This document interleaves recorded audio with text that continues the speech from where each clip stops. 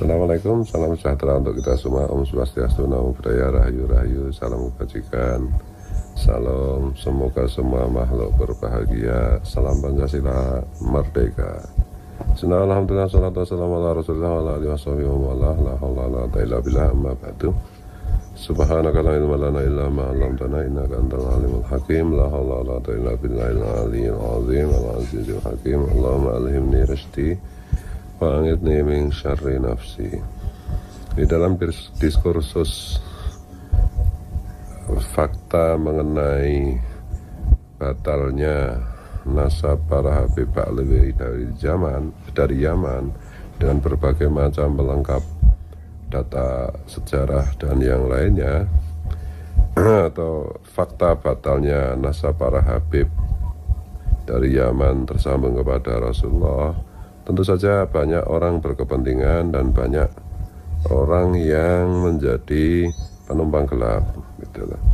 Kalau berangkat dari apa yang saya alami sendiri pada dua tahun yang lalu, setelah saya memberikan banyak kritik kepada perilaku Habib yang menyimpang dari ajaran Islam, seperti yang dilakukan oleh Rizik Syihab dan yang lain-lain, dan membahayakan Pancasila karena mereka mau membuat NKRI bersyariah, negeri berkhilafah. Dan pada akhirnya ternyata pada saat bersamaan kegelisahan saya ini juga dialami oleh Kiai Imaduddin Osman Al-Bantani dan kawan-kawan, sehingga Kiai Imad Al-Bantani, sahabat saya itu, ternyata diam-diam sudah melakukan kajian sejarah, kajian kitab nasab, dan kesimpulannya ternyata para Habib Ba'alawi dari Yaman itu bukan keturunan Rasulullah Sallallahu Alaihi Wasallam, dan kemudian diperkuat oleh kesaksian ilmu DNA yang diberikan oleh Dr. Sugeng Sugiarto dari BRIN, dan juga kemudian dilengkapi dengan kajian filologi Profesor Menachem Ali, yang semuanya itu sama kesimpulannya, menyimpulkan bahwa para Habib Ba'alawi dari Yaman itu bukanlah keturunan Rasulullah Sallallahu Alaihi Wasallam.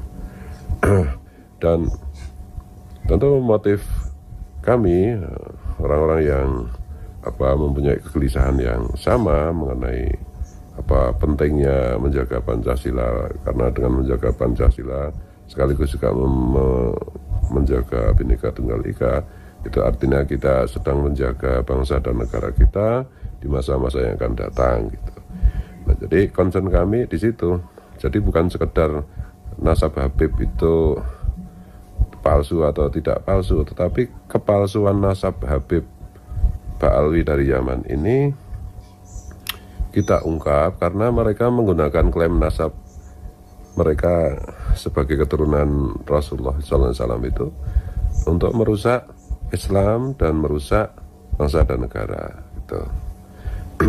Nah, tentu saja diskursus ini karena mendapat sambutan yang luas, apalagi setelah Guru Gembul, kemudian Bang Haji Roma Irama juga ikut mengangkat, juga channel-channel semuanya, baik yang channel-channel besar maupun channel-channel yang kecil gitu. Itu sampai hari ini hampir 2 tahun diskursus ini di medsos terus-menerus bergema, terus-menerus konten-konten itu mengalir, dan di alam offline, di masyarakat, diskusi-diskusi itu masih terus-menerus berjalan, baik yang tercermin dari grup-grup WA maupun pembicaraan-pembicaraan di warung kopi, di warung angkringan, di Gardu Ronda gitu. Nah, ini tentu saja di antara itu banyak orang yang dalam tanda petik itu tidak murni ikhlas memperjuangkan bangsa dan negara, tidak murni ikhlas memperjuangkan dan menjaga Pancasila serta Bhinneka Tunggal Ika, tapi mereka ada interest-interest yang sifatnya itu ada kalanya naif gitu. Misalnya nimbrung di diskusi batalnya nasab para Habib Ba'alawi ini untuk tujuan yang remeh seperti eksistensi, seperti materi gitu. Jadi tiba-tiba kadang-kadang muncul sosok yang pemberani yang luar biasa mencaci maki para Habib gitu. Nah, ujung-ujungnya mereka ternyata apa yang mereka lakukan itu hanyalah proposal untuk untuk menekan para Habib untuk apa itu meminta uang gitu, meminta sejumlah uang dan yang lain-lain gitu. Kemudian ada juga yang lain-lain gitu. Kemudian ada juga yang pura-pura menyuarakan kesetaraan, tapi sebenarnya mereka punya agenda yang berbeda. Misalnya sekelompok orang Wahabi yang punya agenda untuk membuat citra buruk dan merusak ajaran Ahlus Sunnah wal Jamaah. Mereka mengatakan bahwa Habib ini bagian dari Ahlus Sunnah wal Jamaah gitu, padahal kan bukan gitu. Dan juga orang-orang yang tidak suka pada NU gitu, benci pada NU gitu, itu mereka menumpangi isu nasab ini untuk membuat citra buruk kepada NU.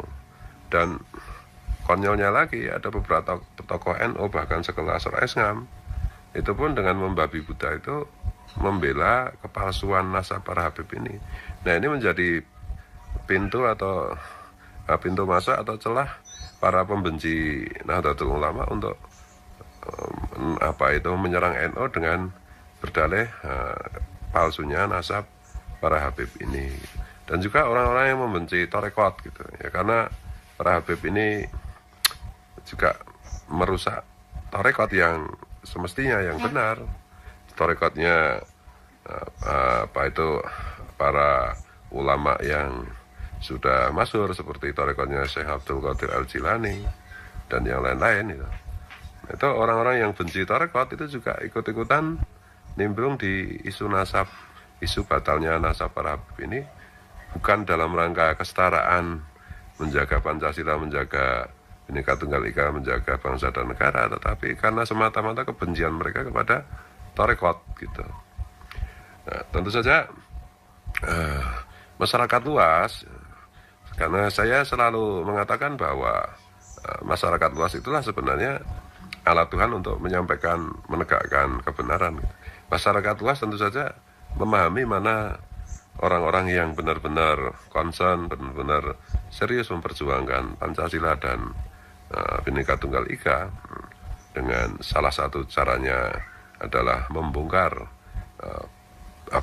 palsunya nasab para Habib Alwi dari Yaman, sekaligus juga membongkar asal-usul sejarah mereka sampai di Indonesia, yang mana ternyata adalah mereka itu alat kolonial Belanda untuk menjajah bangsa Indonesia, untuk menghancurkan reputasi para ulama yang melawan penjajahan gitu, untuk menghancurkan perjuangan bangsa Indonesia melawan penjajah gitu. dan seterusnya. Jadi pada intinya yang pengen saya sampaikan di vlog ini ya, kita nggak usah bingung gitu. Ada tokoh mencela-mencela, kadang pro batalnya nasab Habib Alwi, kadang tiba-tiba mengatakan nasab Alwi itu soheh, atau bahkan ada yang membela nasab Habib Alwi, mereka mengatakan soheh sah, padahal mereka sebenarnya tahu bahwa nasab Habib Alwi ini tidak soheh, alias batal, alias mardudun, atau alias tertolak itu. Tapi mereka tetap membela Habib Alwi ya karena kepentingan duniawi ya gitu. Karena sifat pengecut mereka gitu. Tidak mengatakan yang benar, mereka tidak berani mengatakan yang benar, tapi mereka mengatakan apa yang menguntungkan diri mereka sendiri atau kelompoknya. Ini banyak yang, ada yang gus, ada yang tuan guru, ada yang ulama, ada kiai, ada ajengan, ada tuan guru. Tapi seiring dengan waktu semuanya ini pasti akan dimusnahkan oleh Tuhan semesta alam yang maha kuasa.